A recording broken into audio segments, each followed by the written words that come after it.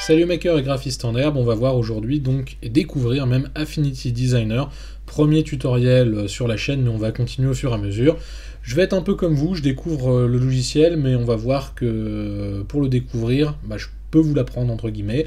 Je pense que je vais aussi découvrir des choses au fur et à mesure et je viendrai compléter cette avancée de recherche sur Affinity Designer et je compléterai au fur et à mesure par des vidéos tutos, des techniques, etc. Alors première chose qu'il faut savoir, c'est qu'Affinity Designer est un concurrent légitime d'Adobe Illustrator, à un prix bien sûr beaucoup plus raisonnable que la location du super Adobe Cloud. Le prix, je crois, doit être aux environs pour Affinity Designer, Affinity Photo et Affinity Publisher maintenant. Ça doit être 50 € en gros le logiciel, en sachant que si vous attendez les promos, moi la suite en tout et pour tout, pour les trois logiciels, m'est revenu environ à 90 €, ce qui m'a permis de prendre les versions iPad de Photo et de Designer. Donc du coup, pour un coût vraiment modique, ça vous permet d'avoir une suite graphique, je dirais, aussi bonne que la suite Adobe. Je pense que la sortie de Fresco prochainement de Adobe est là pour un peu contrecarrer ces gens qui se mettent à dessiner sur Affinity Designer, Affinity Photo, et qui leur fait perdre des clients. Donc c'est pour ça qu'on va le découvrir aujourd'hui, et vous allez voir que l'interface est assez simple à prendre en main finalement, et on n'est pas perdu. L'avantage c'est que c'est PC et Mac aussi, donc du coup que vous soyez sur Mac ou PC vous pourrez en profiter. La seule petite différence pour le moment entre PC ou Mac, c'est le moteur de rendu, puisque ici dans Préférences par exemple, ici l'affichage, moi je vais être sur Metal, voilà, sur Windows vous serez sur une version OpenGL, voilà. Donc ici, tiens, les préférences, parlons-en. Vous allez pouvoir régler, je dirais, tout ce qui va concerner au niveau de la RAM, les limites d'annulation, le moteur de rendu, l'intervalle de restauration entre les fichiers, etc. Voilà. Donc ça, c'est à savoir, c'est le petit paramètre, la différence par défaut qui sera sur OpenGL, même sur Mac. Donc pour ceux qui ont un Mac assez puissant, vous pourrez passer sur Metal. L'avantage aussi d'Affinity Designer et même d'Affinity Photo Publisher, c'est que même sur un MacBook Air, excusez-moi, votre logiciel il va bien se comporter, et même sur une petite machine à mon avis sur des PC, ça tournera peut-être mieux que la suite Adobe. Voilà. Je précise tout de suite, je n'ai pas d'action chez Affinity, donc n'ayez crainte, mon avis est, je dirais, impartial. Voilà. Donc on va commencer cette découverte en créant un nouveau document. C'est parti. Donc là, pomme N. Donc ici, on a une fenêtre qui est assez simple, qui est assez commune à celle qu'on avait avant chez Adobe. Donc on peut paramétrer tout ce qu'on veut. Donc là, je vais cliquer sur OK. Voilà. Au niveau des outils, alors on retrouve une interface assez similaire avec une barre de paramètres sur le dessus. Je dirais des paramètres de réglage de surface qui vont être sur la gauche ici, enfin sur votre droite. Et ici, donc on va retrouver de l'autre côté les outils je veux dire, traditionnels de la palette. Alors, notre page, on va retrouver donc l'outil règle, donc là c'est pomme R, pareil, ça ne change pas. Sur l'outil de sélection directe ou sur l'outil de sélection pour la transformation, donc ici l'outil de nœud, et bien c'est les mêmes raccourcis, V et A, que ça soit dans une suite ou dans l'autre. Ensuite on va retrouver l'outil plume, donc là l'outil plume qui fonctionne à peu près de la même façon. Voilà, tac, je ferme ma forme. On peut venir ici sélectionner, vous voyez, de façon à modifier des points. Au niveau de cet outil plume, alors ici je vais agrandir un petit peu mon contour, voilà, on va retrouver des choses assez similaires. Hop, alors onglet, je vais mettre 5, tac. On va retrouver des choses assez similaires, c'est-à-dire ce panneau d'options, on le retrouve aussi sur Illustrator, donc là on n'est pas trop perdu. Au niveau de la plume, on va retrouver aussi une plume intelligente qui va nous permettre de créer des patatoïdes, vous voyez, très facilement. Hop, voilà. Donc ça, si on crée du personnage ou autre, c'est super pratique. Qu'est-ce qu'on va retrouver? Des outils de conversion. On peut convertir, vous voyez, les derniers points qu'on a fait. Hop, voilà. Donc ça, c'est au niveau de l'outil plume. Et bien sûr, on peut être sur de la polyligne traditionnelle. Voilà. Et si on travaille, donc là, je vais supprimer parce que j'en ai beaucoup. Hop, on va tout sélectionner. Si je travaille avec l'outil plume, on va dire de base, je pars droit si je fais un clic. Si je maintiens mon clic, j'ai une courbe, et si je continue, j'ai une contre-courbe, donc là, vous voyez, je vais en refaire une, hop, mais si je reclique au départ, je repars sur un trait droit. Donc ça, c'est la même chose que dans Adobe Illustrator. Donc ceux qui utilisent déjà ne vont pas être perdus, mais ceux qui n'ont pas utilisé d'outils de dessin vectoriel, si un jour vous repassez sur Illustrator, vous ne serez pas perdu non plus. Au niveau des paramètres de trait, ça vous l'avez vu, hop, je ferme ma forme, on les a ici, ainsi que la couleur, on retrouve le remplissage, on le retrouve aussi de ce côté-ci, voilà. Donc ici on a la roue colorimétrique qui permet de choisir ses couleurs, donc là on peut inverser, vous voyez, fond-forme, hop, je peux mettre aussi une couleur à mon élément, voilà. On peut bien sûr, vous voyez, agrandir, donc ici on ne maintient pas l'échelle ou la forme, si j'appuie sur Shift, on la maintient, la rotation va se faire ici, voilà. Et regardez bien, transformation qui est ici, on va retrouver ici donc le degré de rotation, si je remets 0, je reviens au départ. Je peux faire à ma forme, je dirais une oblique, donc là je peux mettre par exemple une valeur négative, moins 20, ça va partir donc vers ma droite à moi. Voilà, si j'y mettais 20, il partirait dans l'autre sens, donc ça va être pour gérer les obliques. La transformation, elle peut se faire, vous voyez, par rapport à un point de données, au niveau de l'agrandissement, etc., on peut le sélectionner.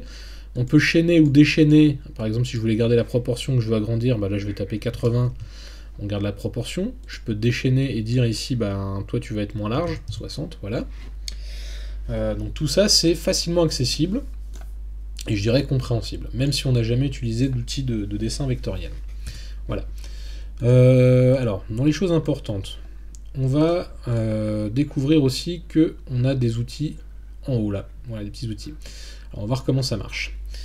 Ici, donc je vais tout de suite changer les couleurs, hop, comme ceci, je vais mettre un truc un peu plus flashy volontairement, ici je vais supprimer, tac, hop, je vais revenir là, on va revenir sur ça, bon, je vais choisir plutôt magenta, comme ceci, donc là si je voulais transformer en un carré, je chaîne, et là je dis, là je peux dire, je veux aller 80, et ici aussi 80, tac, voilà, donc là j'ai un carré, je vais le copier et je vais le coller, et je vais ici changer sa nature de couleur, voilà, et on va voir les petites options qui sont ici au-dessus. Alors, on va démarrer par, je dirais, la plus simple, donc là je vais copier celui-ci, donc pomme C ou CTRL C, je vais sélectionner celui-ci, regardez ici, là j'ai inséré derrière la sélection, devant ou dans la sélection.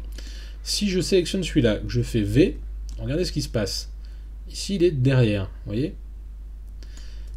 Je reviens en arrière, je resélectionne ça, là je sélectionne celui-ci, je fais V, donc pomme V, là il est devant. Voilà.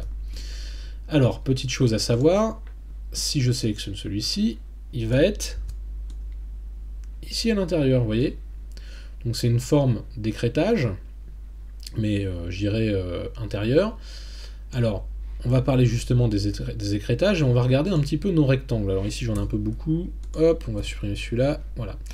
Donc, et je vais supprimer celui-là. Revenons à nos moutons. Ici j'ai un rectangle et on voit qu'il est en fait à l'intérieur. Donc c'est une forme de groupe. Si je le remets à l'extérieur comme ceci, j'ai bien mes deux rectangles dissociés. Et regardez ce que je vais faire. Là je prends le rose et je viens le mettre dedans. Donc là je double-clique et je peux le bouger.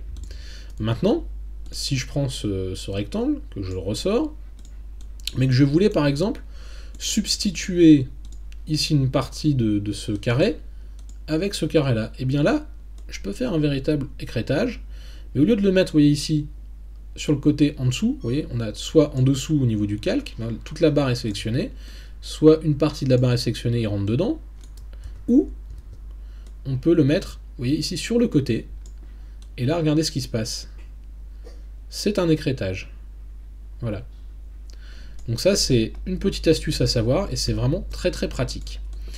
Alors, autre chose maintenant, ça va être les alignements. Alors les alignements, on les a ici juste là, voilà, hop, je clique, et ici, donc je vais pouvoir jouer avec ces deux formes, enfin ces deux surfaces là. Alors, j'ai les alignements par rapport à la sélection, par rapport à la planche, ainsi de suite, la marge, etc. Alors moi, c'est par rapport aux sélections, donc ces deux-là. Donc là, je pourrais très bien dire, alignez-moi. Donc là, vous voyez, il garde, je dirais, l'horizontalité, mais au niveau vertical, il s'aligne. Je vais revenir en arrière, je vais dire par exemple la même chose, mais ici. Vous voyez? Donc là, alors là, je suis sur la planche, je vais mettre limite de sélection. Je clique, alors j'en ai qu'un de sélectionné, donc c'est pas très pratique. Hop, et je fais ça. Vous voyez? Là, ils s'alignent. Hop, et là, ils vont être l'un dessus de l'autre. Au-dessus de l'autre. Maintenant, je pourrais très bien dire, je voudrais... Je vais virer celui-là, là, il est là, il n'est pas caché. Je voudrais que celui-ci soit vraiment au milieu de ma planche. Et bien pour ça, je vais dire ici planche, planche, et je vais pouvoir comme ça aligner mon carré au milieu. Voilà. Donc ça c'est pour les outils d'alignement. Ensuite la rotation, bah ça on l'a vu ici. Voilà. Maintenant je pourrais très bien décider d'avoir des angles arrondis, comme ceci.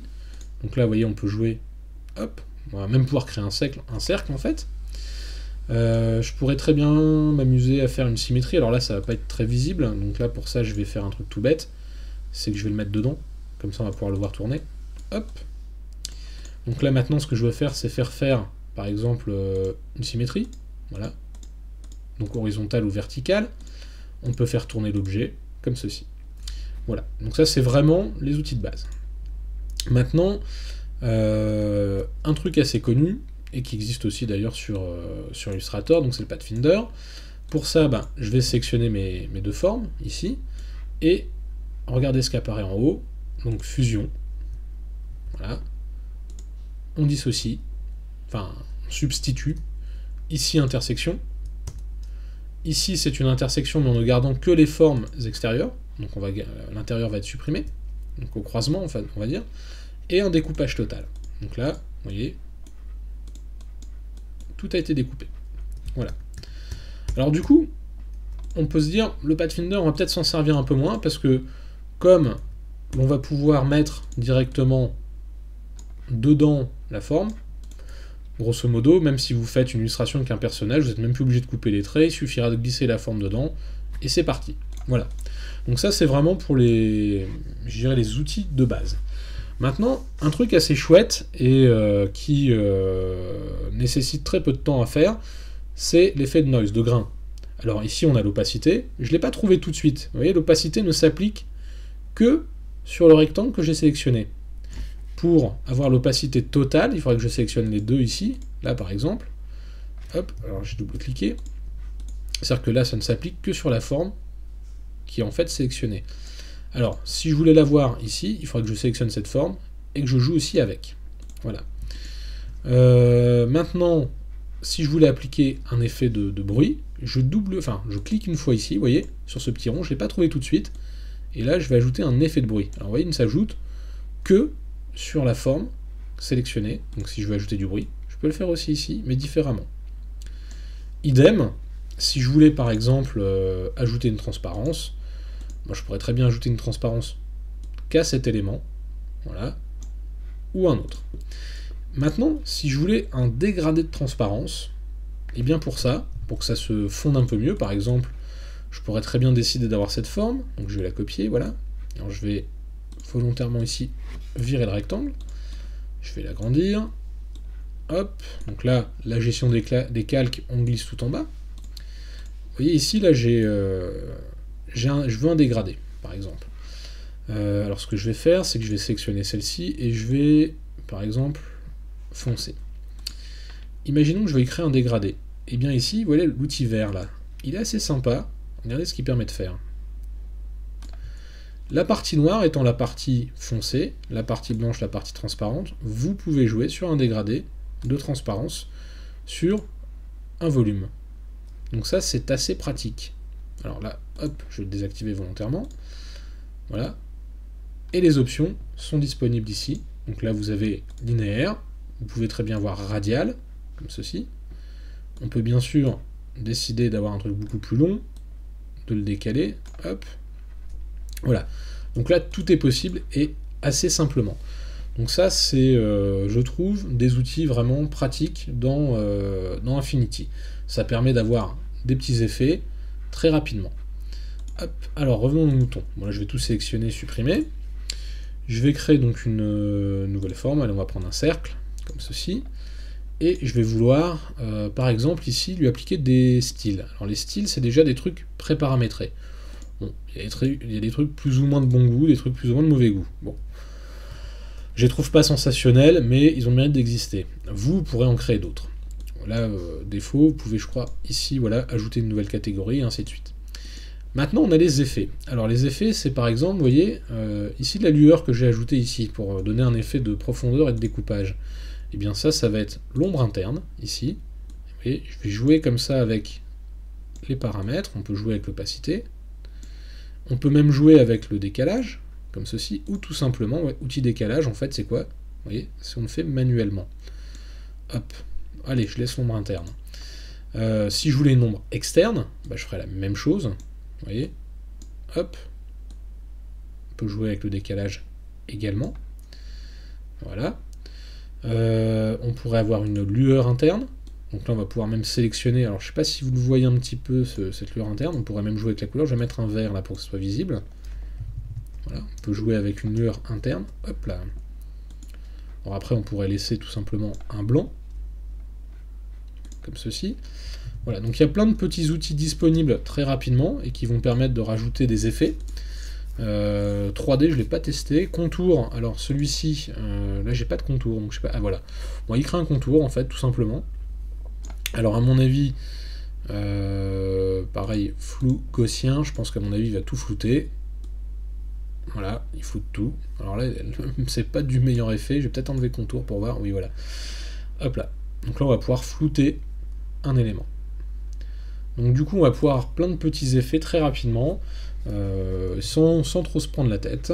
Et je dirais, moi j'ai découvert le logiciel, je me suis amusé à faire des petits volumes, mais du coup moi ce que j'aime bien c'est tout ce qui est voxel ou un peu low poly, et pour ça il faut utiliser une grille. Et bien là dans le logiciel on va voir que c'est assez simple. Donc là je vais supprimer, allez hop, désactiver ce calque. Donc là on voit le petit onglet FX qui est apparu, ça veut dire qu'en fait on a appliqué des effets. Voilà, alors hop, je le mets de côté, zou. Et maintenant, ce que je veux, c'est la grille. Alors la grille, je crois que j'ai dit tout à l'heure, donc pomme apostrophe, voilà, on a une grille par défaut. Alors il existe plusieurs choses, donc je vais la supprimer là. On a soit, alors le gestionnaire de magnétisme, ça c'est le petit aimant qui est là, je vais le désélectionner là par défaut. Donc le gestionnaire de guide, alors les guides, là, ça pour ceux qui font du web, c'est assez chouette, puisque ça permet, vous voyez, d'avoir tout de suite des colonnes, voilà, donc une grille d'édition en fait, donc horizontale ou verticale comme vous voulez, où on a donc le gestionnaire d'axe. Alors celui-ci, donc là je vais afficher la grille, voilà. On peut jouer bien sûr avec, je dirais, la transparence de cette grille, de façon à ne plus la voir ou à la voir totalement avec les subdivisions. Et on va aussi avoir donc les grilles basiques ou la grille carrément super avancée. Et celle-ci est vraiment chouette.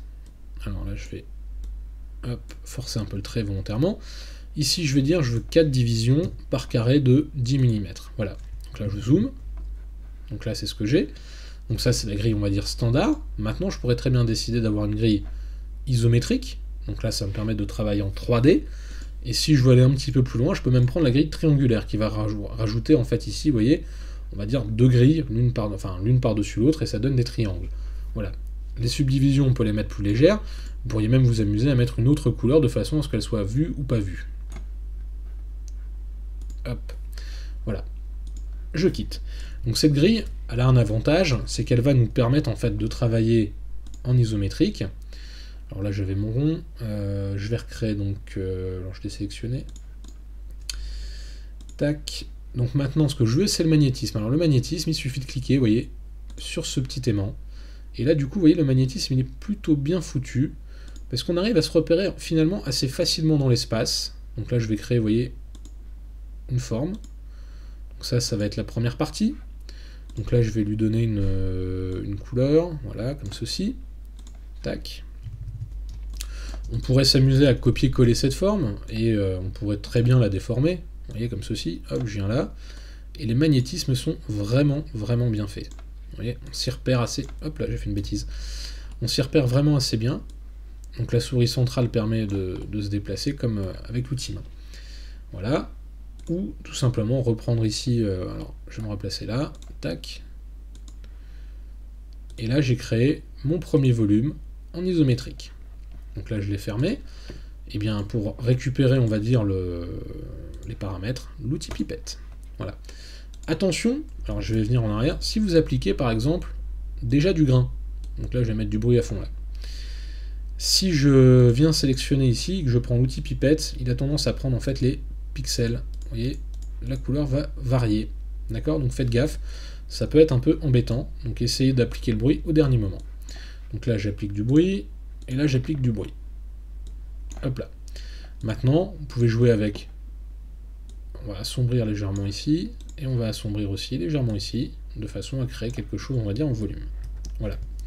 Donc là, j'ai créé mon premier volume avec un effet de grain, et on peut zoomer, dézoomer assez facilement, vous voyez, c'est fluide. On peut même agrandir, modifier, le grain, en fait, il est automatique. Si je fais moi la même chose sur Illustrator, j'ai pas un mauvais Mac, je vous garantis que j'ai toujours un petit calcul d'effet de grain qui se met en route, et c'est un petit peu chiant. Donc du coup, c'est vrai qu'Affinity, là-dessus, il met une petite fessée à Illustrator. Donc là, on avait vu, je pense, les rotations, ça je vous l'avais dit. Voilà, donc la grille.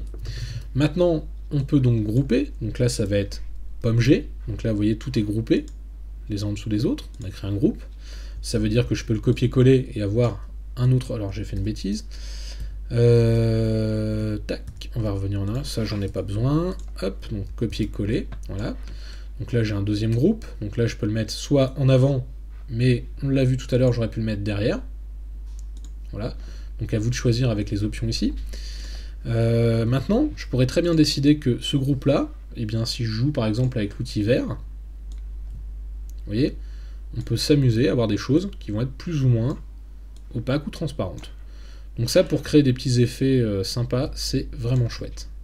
Hop, donc là je vais par exemple dire, je veux totalement opaque sur le bas, légèrement transparent sur le haut, voilà.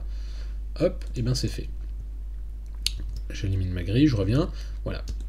Donc tout ça directement sur le groupe. Bien sûr, si je double-clique, je peux rentrer dans mon groupe directement et bouger un élément. Ça ne pose aucun problème. Voilà. Donc moi, ce que j'apprécie particulièrement, c'est vraiment la simplicité de ce logiciel et je dirais les actions qu'on peut avoir sur les différents outils qui sont très très rapides. Voilà. En tout cas, je vais continuer mes aventures. Je pense qu'on a fait déjà le tour pour découvrir. Bien sûr, je ne l'ai pas dit, mais si vous créez un contour, vous pourrez aussi appliquer des effets, comme je l'ai fait là. On a l'outil texte, alors je ne l'ai pas trop développé, là j'ai fait un peu le troll en mettant comment oublier Illustrator. C'est un petit peu vrai, parce que finalement, après avoir un peu bricolé et découvert, puisque là je l'ai découvert en fait, j'ai vraiment commencé à utiliser hier, et bien vraiment j'y ai pris goût, et j'ai envie d'aller un petit peu plus loin dans l'illustration, et du coup je partagerai ces découvertes, on va continuer à avancer dans cette découverte d'Affinity Designer. Bien sûr, je verrai aussi photo et publisher en temps voulu, et ça vous permettra d'avoir une petite formation sur une suite qui est vraiment très sympa, pas chère, et en plus d'être Mac et PC, elle est vraiment très performante. En tout cas sur PC, j'aimerais bien, si vous avez des retours à faire, me dire si ça tourne bien, si c'est fluide, etc. Parce que je n'ai pas de quoi l'essayer. Voilà. En tout cas, n'hésitez pas à nous suivre, et je vais continuer les tutoriels. J'espère que ce tuto vous a fait plaisir pour découvrir Affinity Designer, et je vous dis à très bientôt pour une autre partie. Voilà, merci, abonnez-vous.